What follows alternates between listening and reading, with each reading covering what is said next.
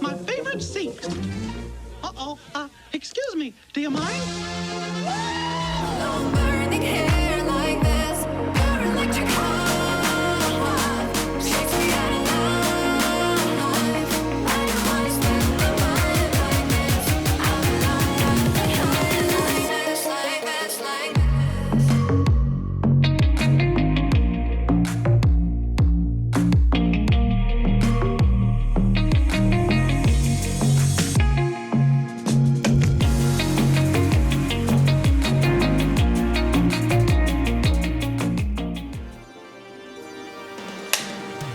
Hey, how's it going everybody? My name is SpaceCat and welcome back to another video. Today's video is on the M26 Pershing, and I know what you're gonna say. Oh, SpaceCat, where's my Chinese guide? Where's my Swedish guide? Why are you doing my Dicker Max guide that I asked for? And my answer to that is no. Now, before we get into the nitty gritty, I'd like to point out that if you're watching this video, there's about an 80% chance that you're not subscribed to the channel. It's a free and easy way to support the channel, and it generally just means a lot. That being said, let's get into the guide that nobody asked for. M26 Pershings are a series of Tier 4 American quote-unquote medium tanks that can be best described as overweight, underpowered, and undergunned. Being fat does have its advantages though, as the Pershings are the first American tanks that can really trade blows with German sausage launchers and come out on top. Hit the bricks, pal, you're done! Baba Booey. In stark contrast to the previous Shermans, the M26's armor actually serves a purpose beyond just being something that the fuse of an APHE shell can activate on. In most cases, the hull armor is thick enough to reliably bounce anything short of a German Long 88, and the turret protection is amplified by some questionable game mechanics, but more on that later. All of this thick armor comes at a cost, however. It's fat. Because of this, it'll take some preemptive thinking to make the Pershing work. I mean, it's not like you can just zip across the map on a wicked flank route. Don't let that slow you down though, because unlike previous tanks in the American tree, the Pershing doesn't really need to rely on perfect map positioning to succeed. Instead, to do well in the M26, you need to use and abuse what it's good at, soaking up shots and dishing it back out. Now, with the introduction out of the way, here's how to Pershing. Once you get into a game, load around 25 rounds of APHE, as well as a couple rounds of APCR, just in case you need the extra pen. The APHE has great one-shot potential, but sometimes you might need a second for good measure. But its relatively poor penetration means you'll need to focus on weak spots. APCR solves the penetration issue against flat armor, but it's actually way worse than M82 when fired against sloped armor, especially at range. Switch between the two as you see fit, but M82 should be your primary shell. HE is borderline useless, and although I don't personally find smoke shells to be particularly useful, don't be afraid to load a couple of those as well. In terms of gameplay, the M26 excels at close to medium range, where it can use its janky armor to offset its less than desirable gun performance. Oh no! The only issue with that is the Pershing's absolute dogshit engine, which limits its mobility. This doesn't make a huge difference in its playstyle because, lucky for you, the Pershing is one of the first American tanks that can consistently soak up shots, especially when angled.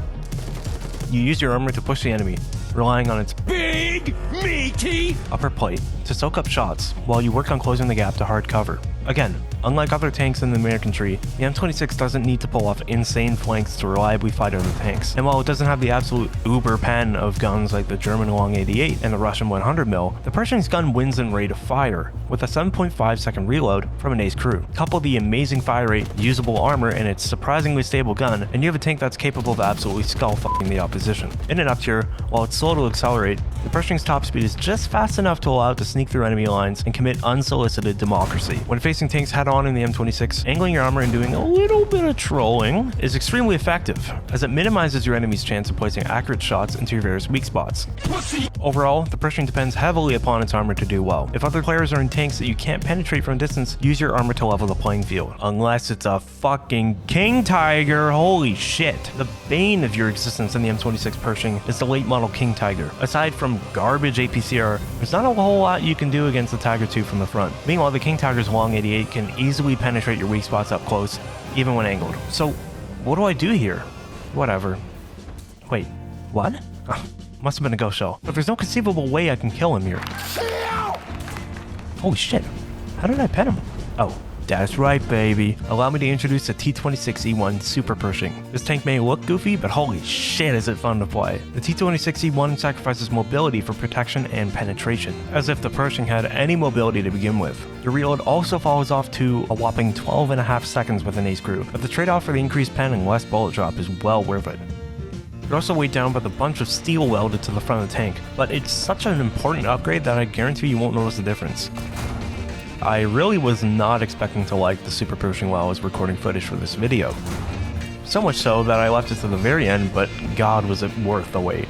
The ability to penetrate the front of most tanks with hardly any thinking involved versus only being able to pen the weak spots of some tanks far outweighs any downside that comes with the new gun, and the added armor on the hull just augments the already great armor of the M26, especially in close quarters.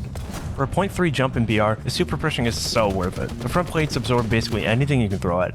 The gun can actually pen most tanks, and anything that you can't pen, you can just shoot their gun barrel. And you're telling me you're not going to use this thing because it's quote unquote too slow. Give me a break. Oh, what's this? Oh shit, this is the patch notes for groundbreaking. What the fuck? If you didn't think the normal Pershing was tough enough, if you didn't think the Super Pershing was tough enough, the Americans made another, tougher Pershing. They took the best parts of the M26 and turned it up to 12. Like, holy shit, this thing is 6.7? The turret is thicker, the hull is thicker, the sides are... wait, no, the sides are the same. So is the gun. But the armor, it's literally like a baby T29. This thing literally plays itself. Point front towards enemy, hold W, maybe click every now and again, and just rack up points. Of course, that does have the exact same weak spots as the normal Pershing, but if you do this crazy concept called moving, incoming rounds just seem to get absorbed by the front plate. It's like the obtuse rubber goose mass of the armor on the front is so dense it creates a singularity, sucking up any shells that come close. All joking aside though, something as simple as moving back and forth does wonders for the Pershings, because everyone knows that shooting a moving target is always more difficult.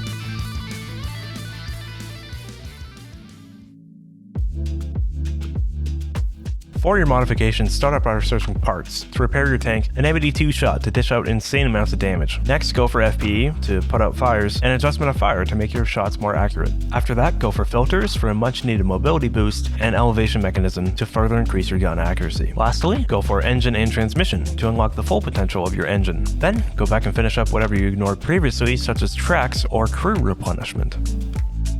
For your crew skills, start off by spending your points on weapon reloading to reload the gun faster, and leadership to boost the skills of all your crew members. Next, work on tank driving to shift gears faster, and targeting for more accurate shot placement. After that, work on field repair to repair your tank faster, and keen vision to spot shit easier. When you're done with all that, start spending your hard-earned crew points on damage control shit, like vitality to give a buff to your crew's health, and agility to make them change spots faster.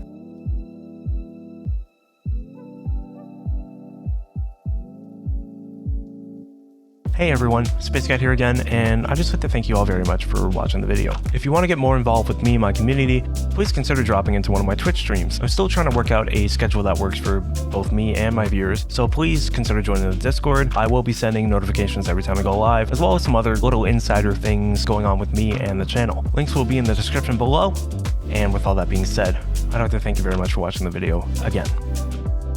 See ya.